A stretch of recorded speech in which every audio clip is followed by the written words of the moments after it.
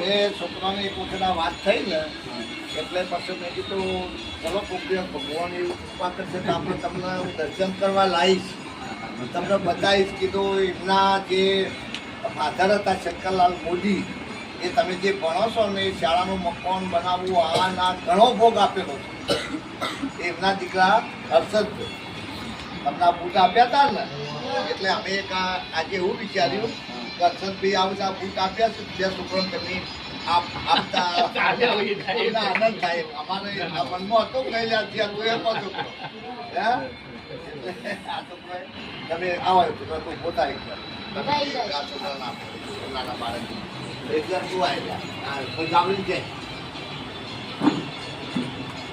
બોલો જવાનું આવો. અમારે મારે કેટલા વર્ષોથી ઈચ્છા હતી સતત કરતો અમે આ એક ચલાવી મોટા પણ અમે એમને એ વખતે એમના મહેલામાં ભણેલા ગણેલા વ્યવસ્થિત માણસ. બિલકુલ આમ તો તમે બધા જાણો છો કે ઠાકોર સમાજમાં વ્યસન થોડું વધારે હતું પહેલાં. હવે તો તમારામાં ઘટી ગયું, સારા માણસોમાં વધી ગયું છે.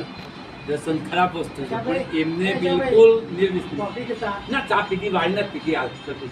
હાલ પીધી આપી કોદા આવી પીશું જાણ કોઈ આટલું પીધી વાળી.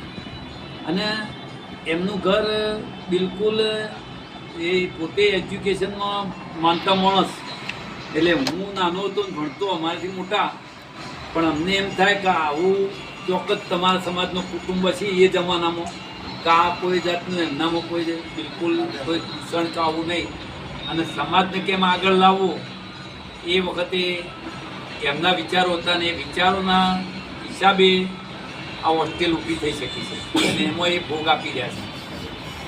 ભલે હું અહીંયા ઓછું આવું, હું મારું બધું લગભગ 35 વર્ષની ઉંમર સુધી મારું ગામમાં જ જીવન ગુજર્યું છે. મેં 12 હોસ્ટેલમાં રહેલો સમયમાં પણ સંપર્કમાં અમે ખરા.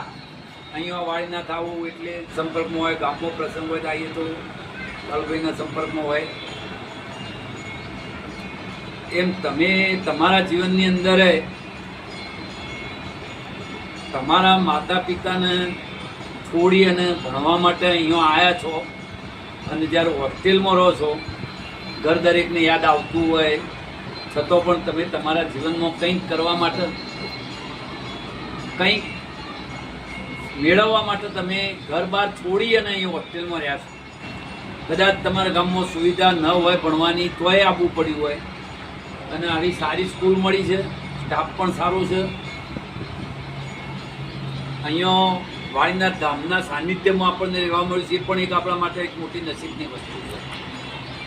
એટલે જ્યારે અહીંયા તમે ઘર બહાર મૂકી અને અહીંયા હોસ્ટેલમાં રહેવા આવ્યા હોય, મા બાપને પણ તો યાદ આવતો હોય છતાં પણ તમે અહીંયા રહેતા હોય, ત્યારે સંપૂર્ણ આપણું ભણવામાં લક્ષ્ય રહે અને અહીંથી 10મું પાસ કરીને જઈએ અને માર્કશીટ મા બાપને આપીએ તો એમ થાય કે મેં મારા દીકરાને તો હોસ્ટેલમાં રાખ્યો હતો પણ એ ભલે એને સમયનો ભોગે. અને બીજી વસ્તુ એક છે કે આપણે બક્ષી પંચમાં છીએ એટલે આપણને વિદ્યાભ્યાસ કરતા હોય ત્યારે સંપૂર્ણ લક્ષ્ય આપી અને તમારી ડિગ્રી હાંસલ કરો તો તમને બક્ષી પંચના લાભો પણ મળવાના છે. એટલે હવે દિન પ્રતિદિન દરેક વસ્તુમાં સ્પર્ધા વધે જાય છે. એટલે જો જશો તો જીવનમાં સ્પર્ધાત્મકતા આવવાની જ છે અને એટલા માટે જ તમે તમારા જીવનને બરાબર અહીંયા એરણ ઉપર ચડાવીને કુશળ બનાવશો તો તમને સફળતા મળવાની જ છે. બીજું સાહેબ અહીંયા છે એ સાહેબને તમારા માટે થઈને અહીંયા સમયનો ભોગ આપતા હોય તો જીવનમાં જ્યારે પણ અહીંથી જો ત્યારે ગુરુજનોને પણ ન ભૂલો. એ પણ ચોક્કસ હું તમને કહું છું જ્યારે જ્યારે જીવનમાં કંઈક તમે કંઈક બનો તો કંઈક હાંસલ કરો ત્યારે ગુરુજનોને અવશ્ય યાદ રાખવા. સૌને અહીંયા તમને સારી સફળતા મળે એવી વાળીનાથ મહારાજને ભગવાનને પ્રાર્થના કરું છું અને તમારું સૌનું જીવન સુખમય બને એવી પ્રાર્થના કરું છું. વાળીનાથ મહાદેવ.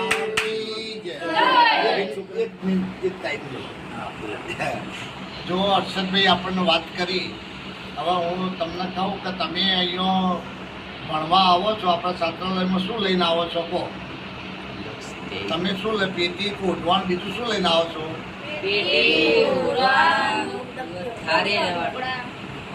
તમારો લુગડો પણ તમને આપણે 2 જોડ કપડો આપણા તરફથી આપીએ છીએ કે નહીં?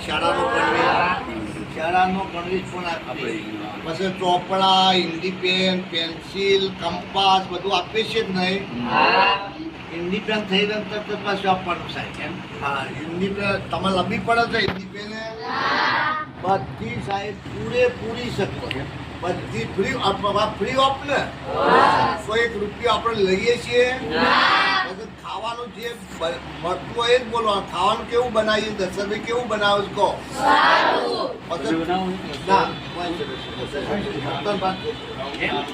પછી ગરમા ગરમ કે ઠંડુ મળે?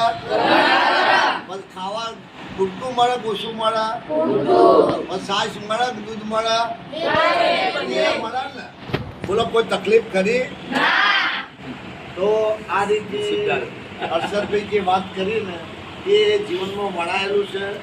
બબલુભાઈ સાહેબના સંસ્કાર, સચ્ચિદાનંદ મહારાજના સંસ્કાર, બલદેવજી મહારાજના આશીર્વાદ, એવા આવા આપણા વડીલો મોગજીભાઈ હતા, શંકરભાઈ હતા, એના વિચારો, બધી વિચારો એ બધું અમને જીવનમાં મળેલું હર્ષદભાઈ.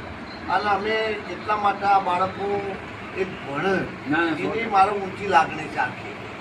અને અમે દિન પ્રતિદન આવું મદદ કરીએ છીએ. વચમાં અમે આવું એક કાર્યક્રમ કર્યો તો અમે એક નાનો પણ વિડીયો ઉતારીએ છીએ. અમારા વિડીયો એક બનશે તમને કહીએ છીએ.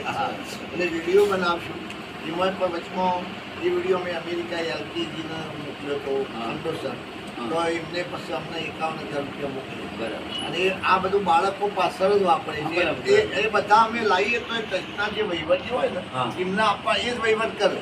હું તો અહીંયા છોકરાને દેખરેખ આ દલોજી બેટા કોઠાની ચાવી રવડા ચાવી તો તમારી પાસે ભાઈ મારા ઓફિસરના વહીવટી સંભાળવાના બાળકોને શિક્ષણ મળે એ નિસ્વાર્થ ભાવે. તમારે ટ્રસ્ટીઓ બહારના છે? ના, આપણા જ છે. આ બધા આપણા જ છે. ચોંભાઈ છે. આપણે ચોંભાઈનું પણ બનાવ્યા પહેલાં પહોંચી હતા 3 વર્ષ. વલાગના પહોંચીમાં છે ને સમાજ કોના છે? એનો સમાજ કોના જ બને 3 વર્ષે બદલી. બરાબર.